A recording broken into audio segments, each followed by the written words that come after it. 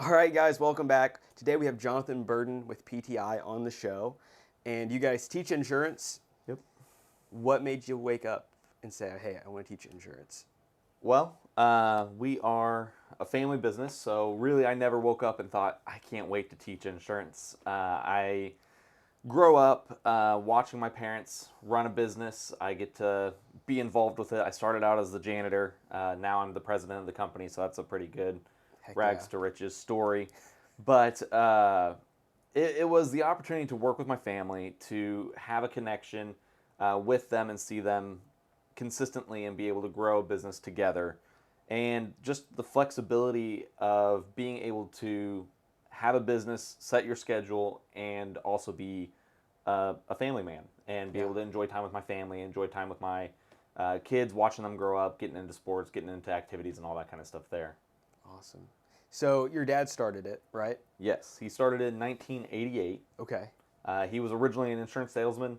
They started coming out with the idea in the insurance industry that we wanted to have better education, and he got into the idea that he wanted to teach. So he started trying to come up with the idea of how to do the pre-licensing, how to do the continuing education, and he took it on from there.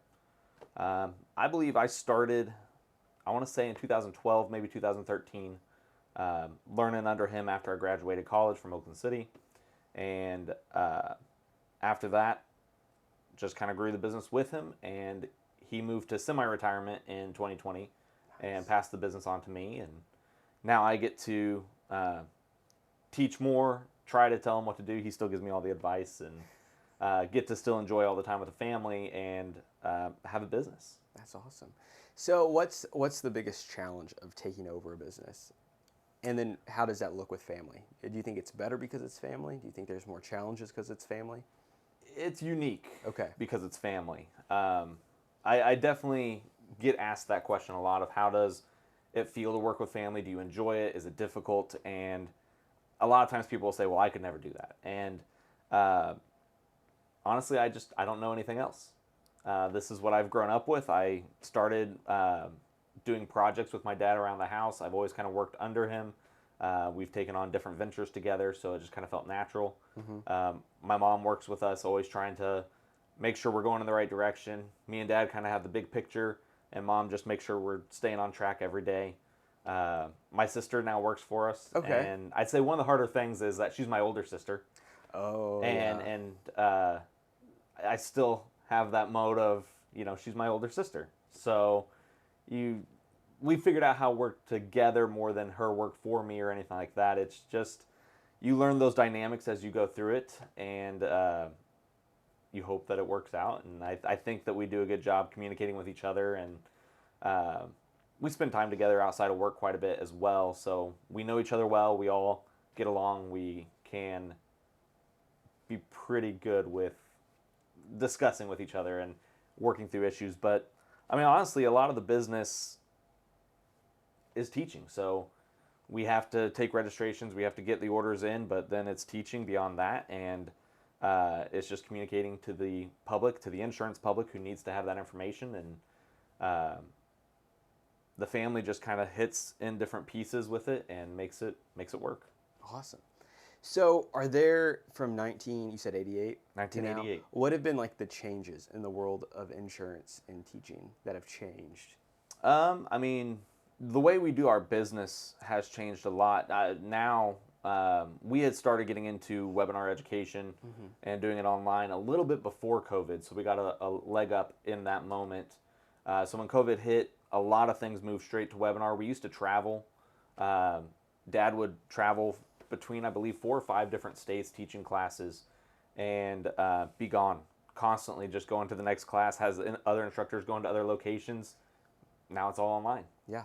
And so you're teaching at home, teaching at the office, and being able to get as much information out there. We teach now in 2 states. We teach all in Indiana, all in Kentucky. Okay. And so anyone in Indiana, anyone in Kentucky, wherever they're at, can take our classes. And that cuts down on travel, which cuts down on expense, which is always nice. Oh yeah. But I always remember, Dad started the business, and he had I don't even know the right ways to describe it, but the way to take credit card where you're actually like punching it and making the indentions on everything, and it's like there was That's before my time. Yeah, I it's don't even before know my what time. that I don't is. even know how to describe it well. But now, we're taking online payments and things like this. That's so And much nicer. yeah, Yeah. they had a website that was a single page that just said, "Here's our classes. Hope you come." And now we actually have a website that does something that can direct you through these courses to get there. We have online study now. So students, if you don't want to do webinar live classes, you can do it all online and do it at your own pace, watch videos, things like that to get all the content you need to go to pass your test and everything there. So it just evolves, and you try to change with it. You try to stay ahead of it. Sometimes it gets ahead of you a little bit, but So how's AI going to affect this? it is something that can affect it. I like to think that it's something that can help with it because it always allows you, to me, what I like to use AI for more than anything else is to get my thoughts lined out, to get it organized, to get outlines set up. Um, I may use it from time to time to get content, but a lot of times AI is pulling internet from or information from all over the internet, and one of the difficulties that you're dealing with is that there are state regulations, and so you may be getting information from other states trying to answer your questions and things like this. So I always have to double check what I'm looking at. I want to try those verified sites, verified information, and it becomes a starting point for my research.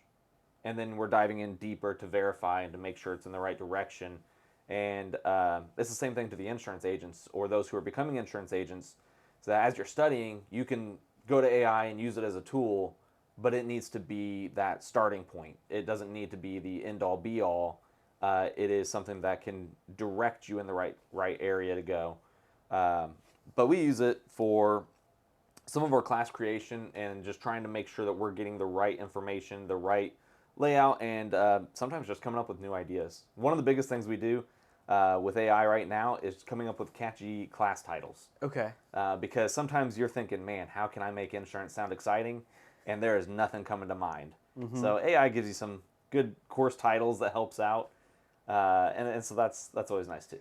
That's fun. So when it comes to teaching insurance, you guys aren't like a brand activist for any specific insurance company, right? Because you're teaching to all of the agents that would work for those separate companies. Yeah. So any insurance agent or anybody who wants to become an insurance agent can come to us in the state of Indiana, state of Kentucky, and our goal is to give them information so they can go out into the industry and get connected to those insurance companies. They're going to learn the details of those companies and how those companies function and work on their own when they get connected with them. But before you can even become an insurance agent, you got to go through pre-licensing, you got to pass a state exam, and you need that education. So it's good general information of how insurance works, how you function as an agent, because a lot of times we look at ourselves as clients. How does auto insurance affect me? How does home insurance affect me as a client? And you got to look at it differently whenever you're the agent in that position. And so it's another way to try and get people to think the right way. And same thing with continuing education. There's always new changes coming out. There's always new products coming out. There's new ideas, new regulations. And our goal is to make sure that the industry, not any one company or any one agency or anything like that, is rising up, but the industry as a whole is learning more, becoming more professional, and becoming better at their craft. Okay. That's cool. Yeah. That's really cool. So you're in Indiana, you're in Kentucky. How do people find out about you guys? Like, what's your marketing look like? We've gone through a lot of different marketing, and it's hard because you're not trying to reach the general public. You're trying to reach insurance agents, and their job is to sell to everybody, and so they don't want to be sold to. They don't like seeing you door to door to them. But I've gone door to door to insurance agents in town. I talk to them. I try to get in front of business owners of the agencies so that they know when they're hiring somebody who they can send that new hire to. We do a lot of connection with the agents that we've established through our business and those that do business in Indiana and Kentucky, and try to reach out to them, usually through email communication, and just keep our name on the tip of their tongue, hopefully, so that when they have that hire, they know who to send it to. Whenever they're needing their hours and their license is coming due, they know who to come to. And so mainly word of mouth Okay. and repeat business through those that have come through classes before. Nice. So what's the next step for the business? Where are you trying to take it? The next step, we are moving on to more of an online format to where we still have our live classes. We still want to make sure that people can come into our classroom and get the pre-licensing information they need, that they can do it through webinar wherever they're at.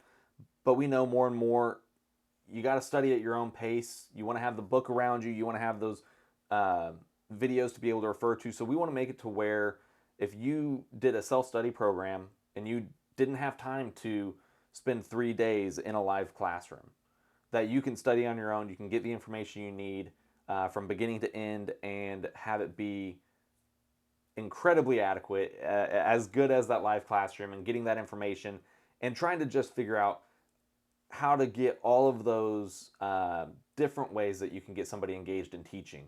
It's not just a lecture. It needs to be interactive. It needs to have all these different elements to it so that, for me, I'm very verbal learner. If I can say something out loud, then I typically retain it better. Not everybody works that way. So I want to try and create a format that if you got to pass a test, I want you to be able to go through the study format in the way that best suits you so that you can pass that test as easy as possible. Nice. Do you,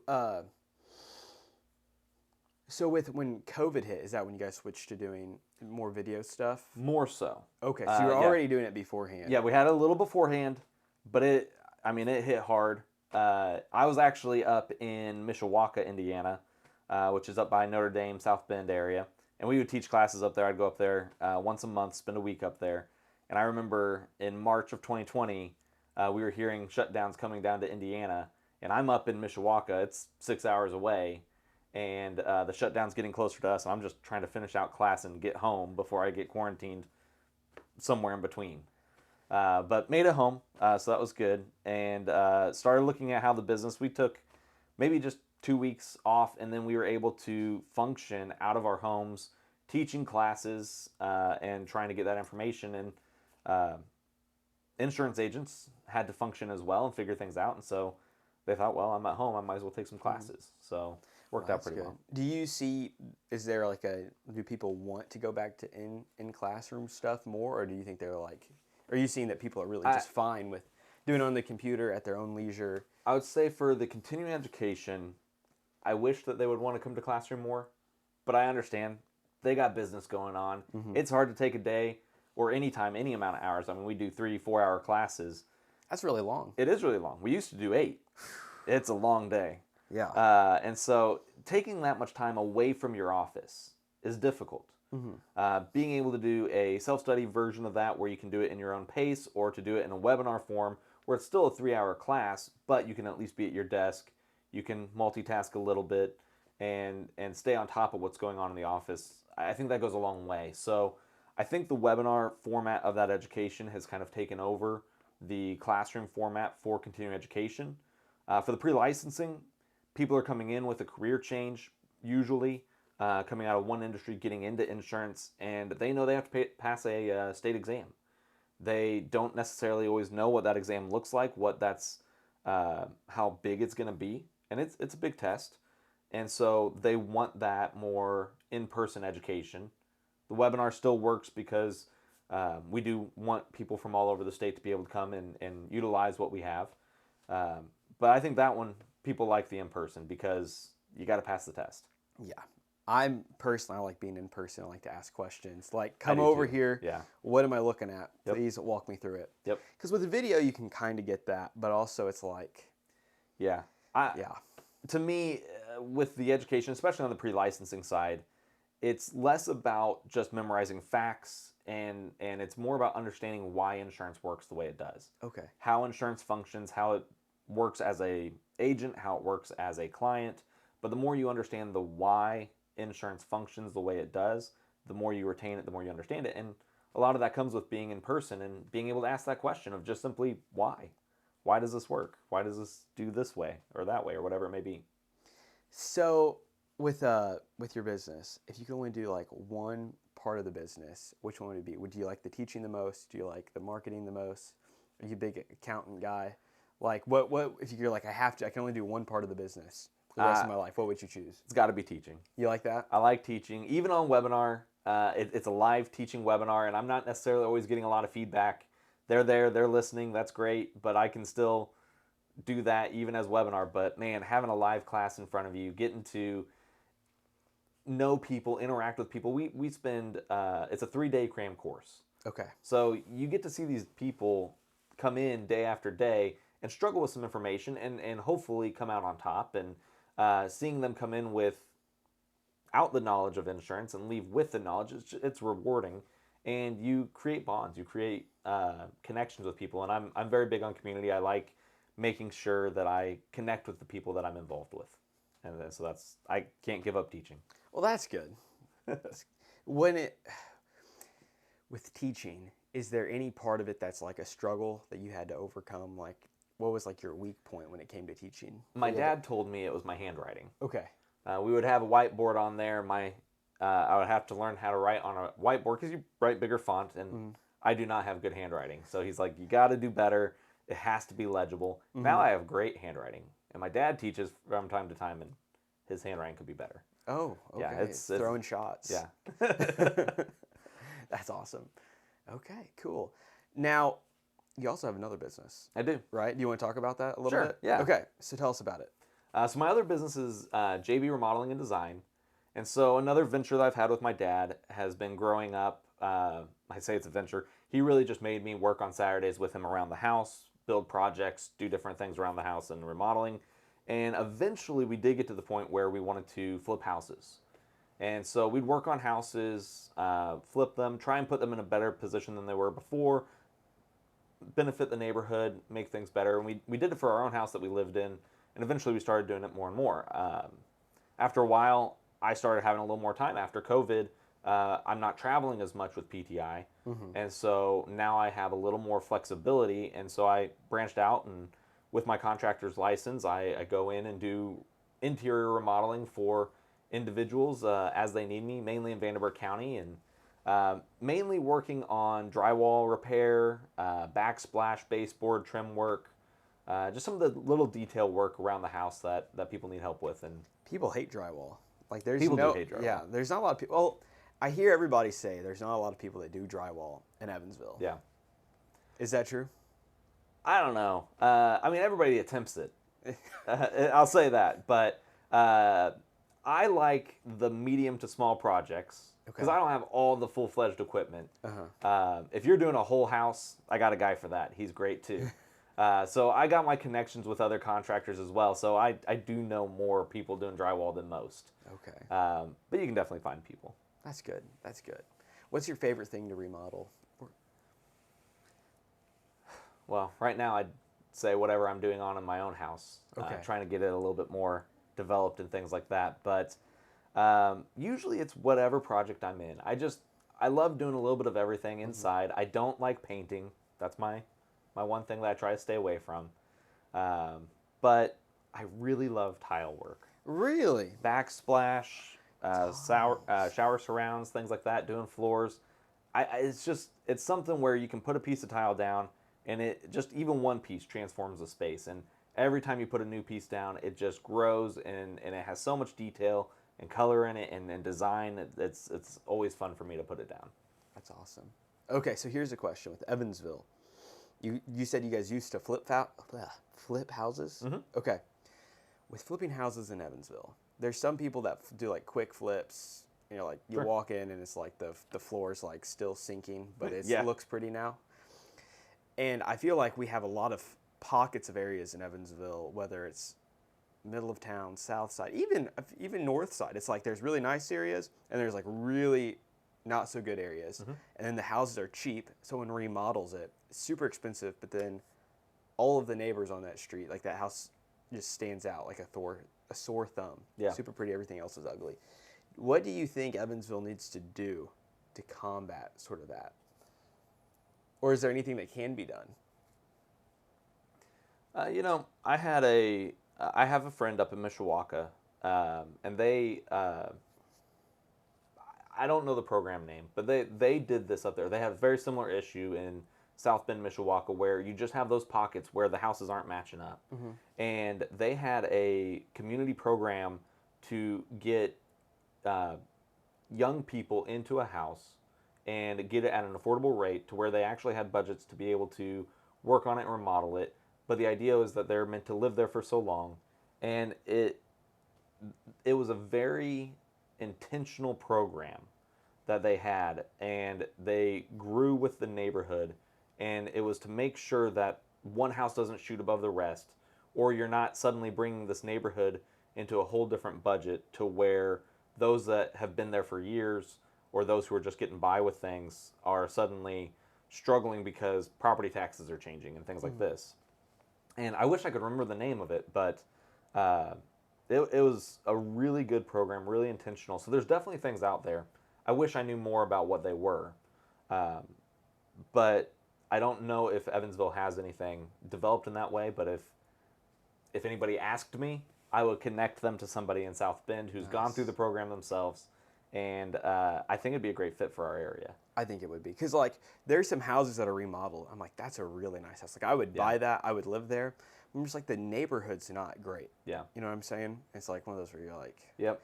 like trying to start a family, or like, we'll just wait and move to a nicer neighborhood. Yeah. But then you see all these houses for sale and nobody's buying them. Yeah. Well, in those areas, maybe they are. I don't know. I'm a believer that there's always a good neighborhood somewhere. You can always work with it, and the houses, we always try to buy the worst one in the neighborhood. That's the goal. Because if I buy one that's in the middle, one that's on the top, then I'm just shooting things above the rest. I want to take the worst and at least bring it up to the neighborhood standards. And when you go in, you should know that it's a good house. You should know that it's stable and not having a sagging floor or anything like that. But you should be proud of the home that you're able to buy from me. And I hope that that's what most flippers do. I know that that's not always the case. But a house is something to be proud of, and whether you're working on it and remodeling it, or whether you're buying it and working on it yourself, or just having a house, you should be proud of your house, and You should. and do the best you can with it, and give people the best that they can whenever you're working on them. I tell you, when it comes to being proud of it, like I don't have a house. We rent right now, right? We have an apartment, but I drive by people's houses and I see people with like nice mowed grass. And it's like the lines are just perfect, like a golf course. I'm like, oh, what a man right there. Yeah. I'm like, that's a good yard. I'm like, that's gonna be me one day. No, I'm just lucky to still mow, trim. I haven't figured out the lines yet. I mean, yeah, I say that's gonna be me. It probably won't be me. I like the idea. Right. Yeah. I'm just like, man, that's some good looking grass. Yep. And then you get out there and it's so hot. And you're like, let's just get this done. Yeah. But there's some people that, they probably pay somebody, those nice big houses, they just pay somebody to do it. Maybe. And then there's all sorts of different types of grass. And you're like, why is there so many types of grass? Yeah. Well, anyways, we're probably at that point where we ask you the one super fun question. What's your favorite movie? You know, I've thought about this a little bit, and I don't know that I know. But my always fallback on favorite movie is a Goofy movie. Really? Yeah, I love a Goofy movie. It's a great movie. It's something I'll sing to. My girls will sing to it. It's just a family classic. I actually had a flat tire the other day, and there's a scene in a Goofy movie where Max and Goofy will be changing a tire together, and I was on vacation with my parents, and they were driving behind me, and Dad came and helped me change the tire, and it was my Goofy movie moment. It felt real good. That's awesome. Yeah. I've never watched a Goofy movie. You've never watched a Goofy movie? No. Oh so my goodness. We had a neighbor when we lived in Missouri, and they had like all these stinking movies, and they'd let me come over like once or twice a week and like pick out a movie. Like they had a ton of movies, and they had that, and that was on one of my lists to watch. But then we moved, it never happened. So I have to watch it. Oh, I have Disney it's very Plus, available. so it's on there. Yeah. Yeah. It's a great movie. It's so quotable. It makes you feel good, and I have learned that not as many people have seen it as should. I actually had to I teach Sunday school for our middle schoolers at our church, and I asked them. I said, "Have you guys seen a Goofy movie?" And they're like, "Yeah, I think everybody's seen a Goofy movie. There's all kind of Goofy movies out there." I said, "No. The name of the movie Oh yeah. is a Goofy movie." I had no idea what I was they'd talking never about. watched. Doesn't that just make you feel old? So old. So my wife teaches piano, right, to some of those girls, and I'm like in the living room working because they use my office for piano, and one of them walks by. She's like, "How's it going, Joe? What you up to?" I'm like, "Oh, I'm on the grind." And she's like, "Oh, what is the grind? What does that even mean?" And I was just like, "Oh, I'm old now. The lingo has surpassed me." Yeah. I try not to even keep up with the lingo. That's too much. Yeah, I was like, "Wow, they don't even know what the grind is." But yeah, well, final question: if you could watch 3 business owners on the show, who would it be? I would say Carrie Hazlip with Emerald City Landscaping Emerald City and Landscaping. Okay. and lighting. She does all kinds of stuff. Like I said, I do all the inside stuff. She does the outside stuff. She makes it look great. And when you say lighting, what is that like? Windows in the ceiling, or She'll do like bistro lighting, and if you have a patio, a porch, or anything like that, and you want to have just good season-round lighting and just decorative, or front of the house and just really make your house shine. okay, what's bistro lighting? Like little like coffee set, like if you have a coffee table, things like that. If you go to the West Side A-Zip Okay. here in town, she did the lighting for them. She did the lighting out, so just a couple picnic tables and a couple string lighting and things like that. Oh, okay. Yeah, no, I like that stuff. That's and nice. then she did the lighting for and the landscaping, I believe, for Bar Louie as well. Nice. Yeah. I still need to get over there. I feel like It's a great place.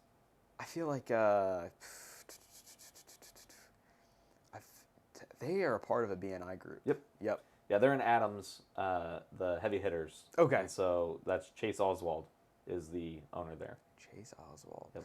Related to Oswald Marketing? I have no idea. Okay, well, we'll find out. Yeah, so I'd say Carrie would be great. Don Greenwald is a photographer. Okay. Does all kinds of photography from corporate headshots to dealing with putting up different people on billboards and making good shots for them there. She's had a few here in town that have been on billboards. That's pretty impressive. And she does landscaping, the micro photography of just trying to do raindrops or insects or things like Okay. this. But she does all kinds of photography, does a great job with it, and is real impressive. That would be there. good to have. We had Amanda from Stellar Lens on, but she does headshots, but she does a lot of wedding photography. Okay. So that would be a different angle Yeah. to look at. That'd be good. Yeah.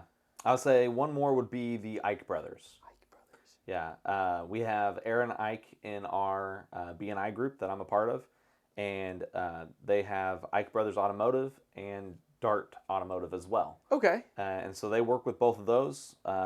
Great company. We've gone to Dart Automotive before they had bought it, actually.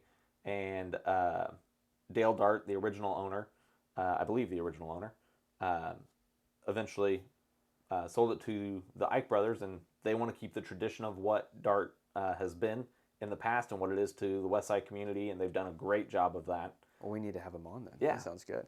I need to get my truck looked at. So this Yeah, is perfect. right? It would Yeah. 2 birds, 1 stone. That's Go right. in. Yep.